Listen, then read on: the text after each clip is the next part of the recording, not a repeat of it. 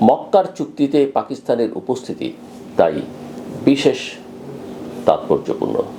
2024 সালের সেপ্টেম্বরে সৌদি আরব ও পাকিস্তান আগেই একটি দ্বিপক্ষীয় কৌশলগত প্রতিরক্ষা চুক্তি করেছিল, যেখানে এক দেশের বিরুদ্ধে আগ্রাসনকে উভয়ের বিরুদ্ধে আগ্রাসন হিসেবে বিবেচনার কথা ছিল। মক্কার চুক্তি সেই কাঠামোয় তুরস্ককে যুক্ত করেছে। পাকিস্তানের জন্য এর লাভ পরিষ্কার। অর্থনৈতিকভাবে দুর্বল হলেও দেশটি পারমাণবিক শক্তিধর, বড় সামরিক বাহিনী আছে, দীর্ঘ সামরিক অভিজ্ঞতা আছে এবং পশ্চিম এশিয়ার সঙ্গে তার বহু দশকের নিরাপত্তা সম্পর্ক রয়েছে।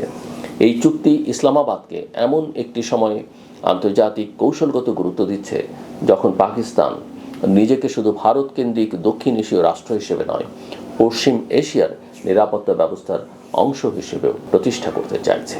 এটি ভারতের জন্য স্বাভাবিকভাবেই অস্বস্তিকর। নয়াদিল্লি প্রকাশ্যে জানিয়েছে যে তারা চুক্তিটির জাতীয় ও আঞ্চলিক নিরাপত্তাগত প্রভাব মূল্যায়ন করছে, কারণ ভবিষ্যতে ভারত পাকিস্তানের কোনো সংঘাত হলে, একজন আক্রান্ত হলে সবাই আক্রান্ত ধারাটি কিভাবে ব্যাখ্যা করা হবে তা এখনো স্পষ্ট নয়। তবে এখানেও অতিরঞ্জন না করাই ভালো, আমি বলবো সবার জন্য ভালো। সৌদি আরব ভারতের সঙ্গে তার অর্থনৈতিক সম্পর্ক ধ্বংস করে পাকিস্তানের জন্য যুদ্ধে যাবে এমন সিদ্ধান্তে এখনই পৌঁছবার কারণ নেই। একইভাবে তুরস্ক প্রতিটি পাকিস্তান ভারত সংঘাতে স্বয়ংক্রিয়ভাবে সামরিকভাবে জড়িয়ে পড়বে এমন নিশ্চয়তা নেই। আন্তর্জাতিক চুক্তির ভাষা এবং বাস্তব যুদ্ধের সিদ্ধান্ত প্রায় এক জিনিস নয়।